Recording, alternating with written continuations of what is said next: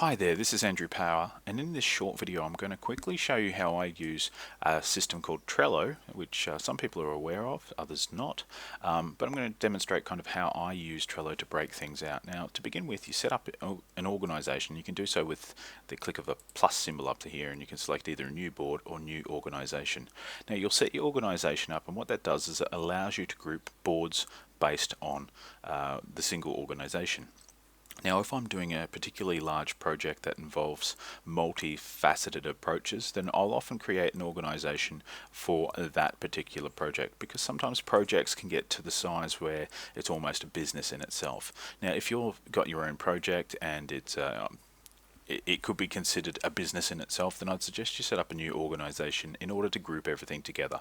So the first thing I do is create a new board, and when you create a new board, it appears something like this. So this new board is called Melton SEO. Now, the reason I've called it that obviously is this is a project I'm doing for Melton SEO.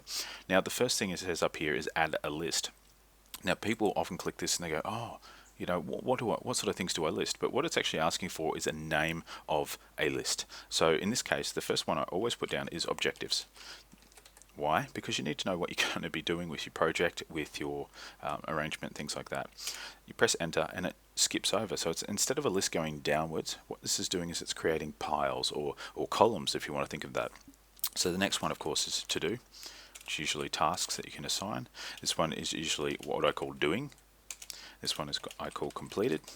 And you know, often there's a various notes thing. As you know, as you're out there doing things, you know, there's something comes up that it's not completely related to what you're doing. You can store it in the notes tab. Now, the first objective, you click a card, and so you might click a card, and it might be to assess current website. So there's your task there. It's sitting in objectives. Now you might go, hold on, Andrew, that's not an objective. And you're right. The reason I did this deliberately is because I wanted to show you how Trello works. Now, it's based on a Japanese principle of Kanban. Now, Kanban, or Kanban, depending on how you pronounce it, originated way back in the 1940s after Japanese had lost World War II. They surrendered, of course, and America came in and did their little dance. And amongst that process, the Japanese economy was absolutely annihilated. They didn't have anything left, and it was close. If nobody had given them support, the world would not be a very good place right now. So anyway, they sent over two systems guys from America. I can't recall their name, but these two systems guys came in and they taught automation and business and tactics and techniques and things like that to many of the prominent Japanese business owners. Among those two, I believe Kawasaki and Honda were the two that studied these techniques. Through the process of this Americanization of Japan and things like this, the system of Kanban or Kanban was developed. Excuse me. Now, Kanban is simply a way that you can keep track of tasks and organizations. Now, anytime you drive through McDonalds or in a lot of the fast food places these days, they have a little system with a timer ticking, and that's just simply keeping track of each job or each order as it comes through. Car companies, and Henry Ford, for example, he used to really obsess about doing these tasks. So you grab this task and you can put it into the to-do list. And you can add as many cards as you want and have a list going all the way down. So at any one time, you should probably limit how many tasks you're doing. A lot of people put down 20 tasks to do, and then they try to do all 20 at once, and of course nothing gets done. So this is a way you can add all the different tasks you want. Like, for example, I might have to, I don't know, change a graphic. Now, I don't have to really, but I'm just using this as an example. So if I'm up to the assessment stage, I'll simply drag that over to the doing column. And then I'll go off and I'll do that. And then once I've completed that, I'll move it into completed. So at any one time, through just looking at the screen, I can see what I have to do, what I'm doing, what I've finished, and my main objectives. Now, the main objectives are usually based off the organization's objectives, not yours, because obviously you're working with an organization. You don't want to go ahead and make your own objectives unless they're in line with the organization you're assisting. So as you're doing work, you might be working on graphics, and you go look over here and it says, I don't know, to present a clean, efficient look or something like that, and you've created a graphic that's got 5,000 different things going on, then you've probably gone astray. So anyway, look, when you add these cards, you can click on them and it'll open up a description. You can change that title at any time. Nothing's set in stone. You can edit a description, write as much as you want. and it will stick with this card. A lot of other people will often use the comment section, and they'll attach things like JPEGs and work project files, things like that. So they can actually add all of the relevant resources to the card and keep it in the one place. So in other words, if I was changing a graphic and that was a logo, I could attach the old logo, or I could attach the new logo, and anywhere that that card goes within this project, it will stick with it and go with it. The other thing you can do, of course, which you should always do, is set a due date when you need it done by. And this Trello will allow you to hook into your calendars and things like that. If there's a checklist you need to add, you can simply add all the different, you add the title and then add all of the different points there. So I've got a checklist here, and it might be, I don't know, find colors, and then you just keep typing, eat a hamburger. It's not completely relevant, but so you've got all these different these checklists, and as you click it, it marks off what sort of complete percentage you've completed. And now, of course, I don't really want that checklist there, so I'll just delete that. Another good use is labels. You've got all these different colored labels, and you can add more. Not many people that I know of use Trello with the labels, but I find it extremely efficient. So you can click the little pen and you can give it a name. So this could be, well, as you can see, first booked, first appointment. So as you can see, I use the labels quite often.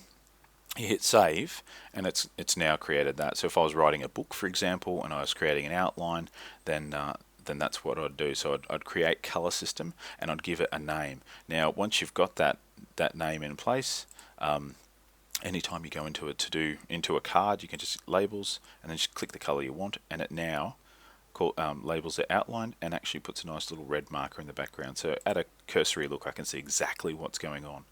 Now, when you first start on Trello and you go, oh crap, I've added too many cards, I don't really want this one, how do I get rid of it?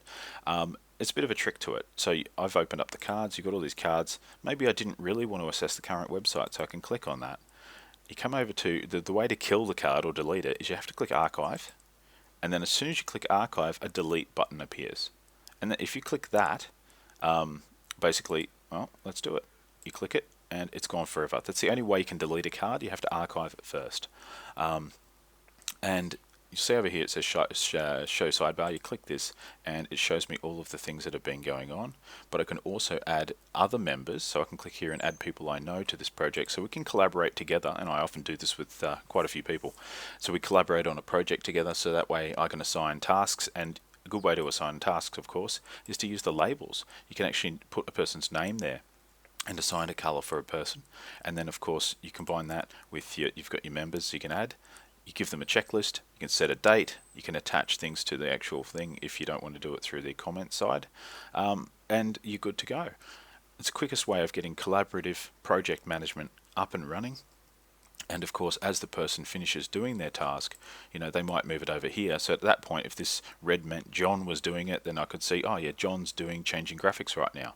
So at any time I can see exactly what's going on. I can click on it, and if John's left any comments, I'll see it all down here. I'll see all the activity that he's done. It just makes complete sense. And of course, you move it to completed. I know it's finished. John knows it's finished. Everybody else working on the project knows it's finished, and we're good to go. So this is Trello in a nutshell.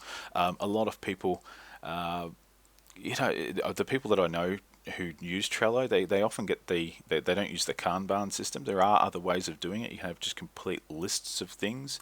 You can break your business, your project down into individual sections. Like it might be marketing, it might be product development, and so on and so forth. And you have all of the different items under that.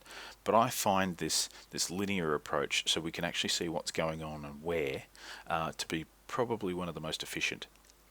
If it certainly helped Japan get out of the technology age, or get into the technology age, and recover from the devastation of World War II, then it's certainly got a lot of value to it. Trello is a free tool. You can upgrade to Trello Premium, and I believe every time you invite somebody to Trello who's not on Trello and they accept and sign up, I think you get a free month of Premium Trello as well. I've accrued quite a few free months over the years. But look, the free account will allow you to do absolutely everything you want. If you click the little arrow up here, this little star I should say, it will put this particular board, the Melton SEO board in this case, at the top of all of the list of my boards that I have. So this is Trello in a nutshell. I hope it helps you. I hope you can use it in your business in a way that's efficient, and have a great day. Any questions, simply shoot me a message or respond below. And if you've liked this video, please click the like. Thanks a lot. Bye.